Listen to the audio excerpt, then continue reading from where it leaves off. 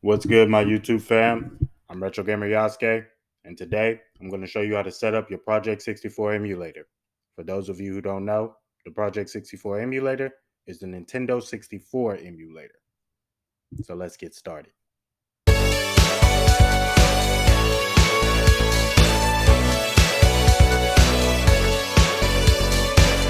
All right, the first thing you want to do is go to your browser. From there, you want to type in Project64. It's going to take you to this website, pj64-emu.com. Scroll down a bit, click on download here. Allow the application to download.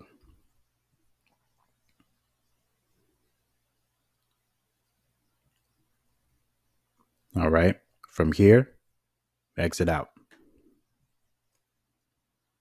Go to your File Explorer.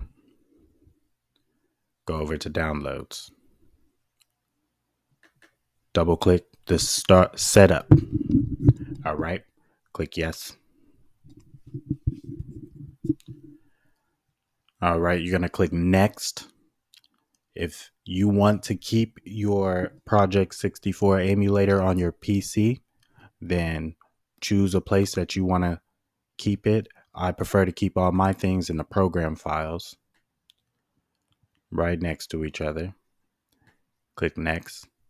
Also, if you have an external hard drive, you can put it on there as well. I like to create a desktop icon, saves me the trouble.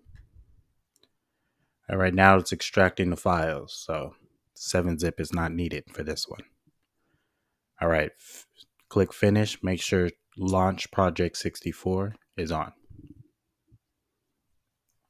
All right, for the game directory, wherever you keep your ROMs and games at, that is where you want your directory to be at. So we're going to go to my T-Shield external hard drive. We're going to scroll down to ROMs and Nintendo 64 ROMs. We're going to click that once and we're going to click OK.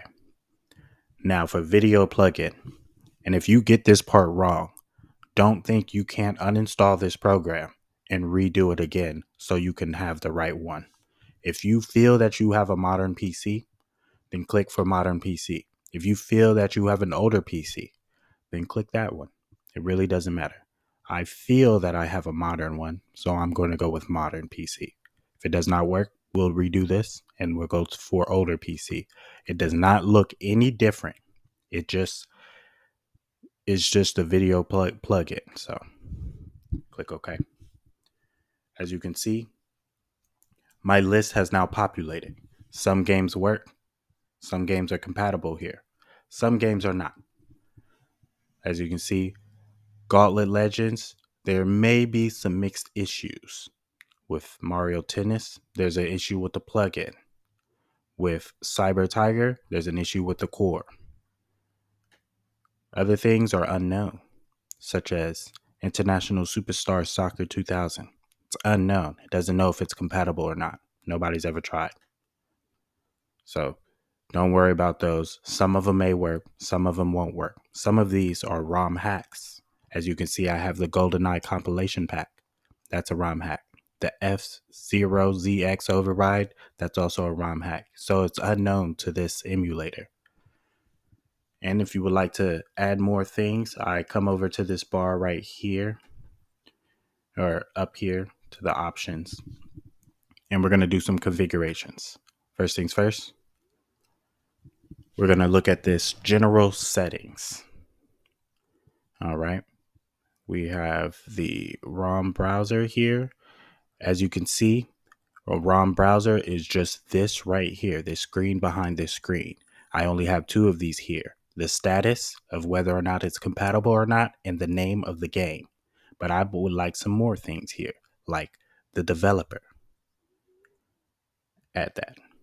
And the genre. Add that.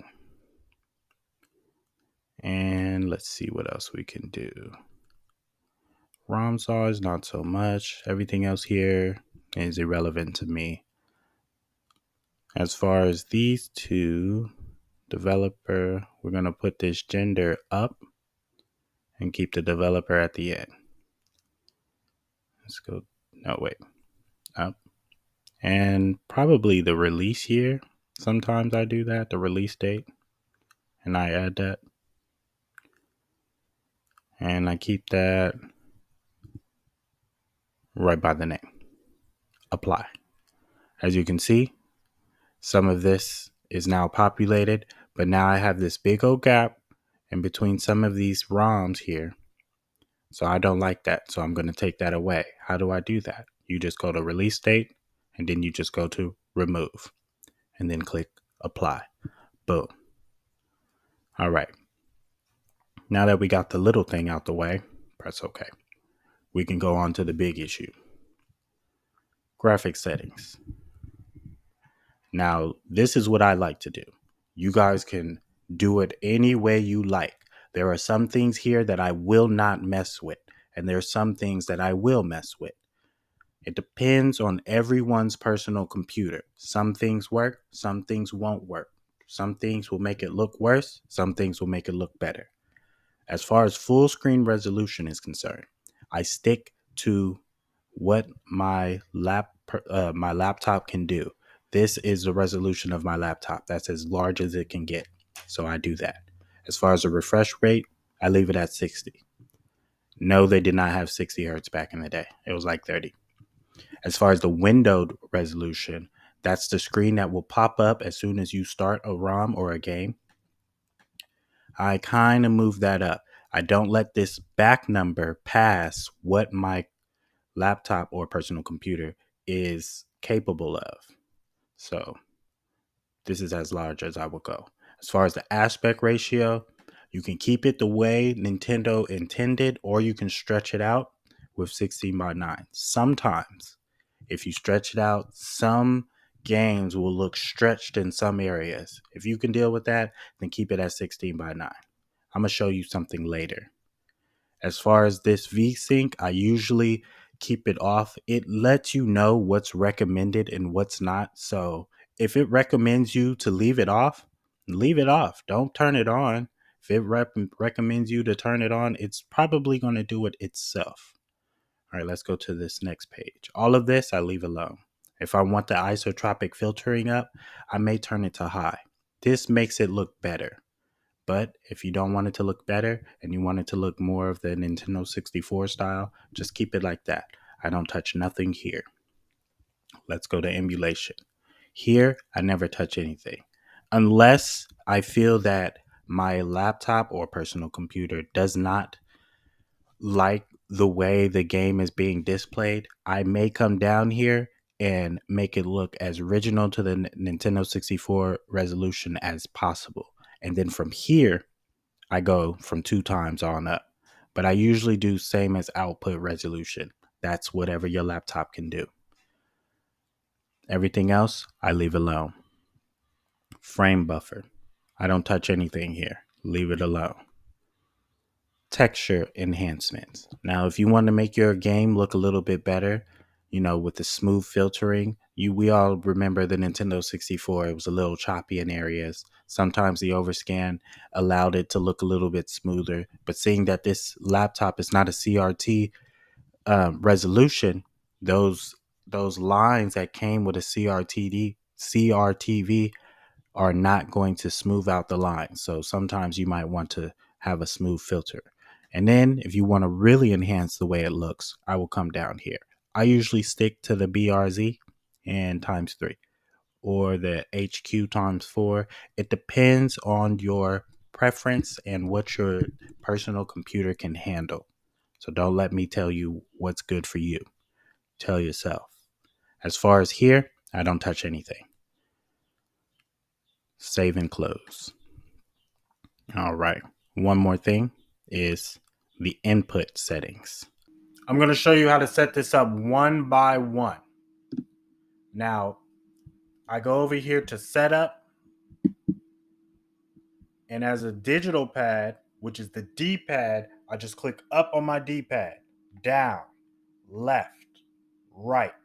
As far as the analog stick, I use this analog stick. So it's going to be my left hand for the dominant analog stick. So up, down, left, and right. As far as the C buttons, I utilize my second analog stick. So up, down, left, and right. As far as the A and B buttons, B, A. The start button was the start button. My Z button will be my dominant trigger finger. I'm right-handed. As far as the L button is that, and the R button is that. Very simple. Remember to click apply after you're done with all of your configurations. And then okay. Now let's make this big. All right. Now let's get into some gameplay. I'm going to go with, I guess Mario 64 is the winner. Mario Kart. Let's go. Now, before this game gets started, I'm going to go to options and configurations. If those of you who grew up with the Nintendo 64 or was around when it was around, you guys may remember the expansion pack. This was that little red and black thing that you opened up first generation Nintendo 64 consoles and inserted. Now, right here, this memory size can make or break your experience. If you have a game that requires the expansion pack, like off the top of my head, I believe Donkey Kong 64 was one of them, or even Perfect Dark, you would want this to be 8 megabytes. I prefer to do it for every game in my library. And yes, some games will not register the 8 megabytes. Some games will. Some games need it and it won't tell you that it needs it. So you may think that your ROM doesn't work, but you have to come here to see whether or not this is either at 4 megabytes or 8. So just make sure it's 8 and click apply. All right. As you can see, I have this black border on the top and the bottom, and I don't want to see that. So let me pause this. So what I'm going to do is I'm going to go to graphics settings. And this is my personal preference. I don't want to see those black bars. I want my screen to be the game and the game only. So I'm going to attempt to mess around with these things. Let's go back to the recommended value, save and close. Okay. Then go back to system and resume. All right, now it's looking better. But I still have a black bar right here and a little bit down here. And I don't want to see that. So how do I get rid of that? Now you can try to do this stretch and try to make the game fit, but I prefer to come down here to overscan and do it myself. So I'm going to increase the value to about, let's say 3. And 3 again on these two sides. Make sure you don't overextend your extension because as you can see, it says Yoshi here. If I decided to increase this value, this will be stretched out and it will not look good. And as far as the bottom, that looks like a little bit shorter than the other two. So I'm going to increase that to 2. And let's see what we got. Save and close. All right, that looks a little bit better, but not all the way to my liking. So let's do it 4, 4, and 3. Matter of fact, let's just go for the goal. Go 5 and increase this to 4. All right, now that's something I would like to see. That's the way I like to do it. You guys can do it whatever way you want. Now let's get into some gameplay. I already have this video going on for too long, so I'm only going to do one lap.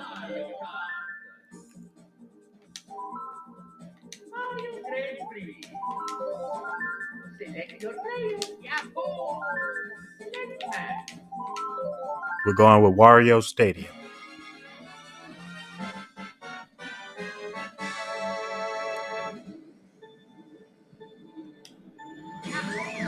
As you can see, my controller works. I can press my R button at the top and jump. I can utilize my C buttons and change it to that. And if I hit Alt Enter on my computer, I can go to full screen. And the black bars are back. We're just going to allow that for now. As far as my Z button is concerned, it works.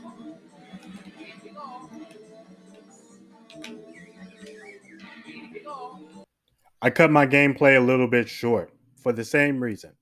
This video is far too long.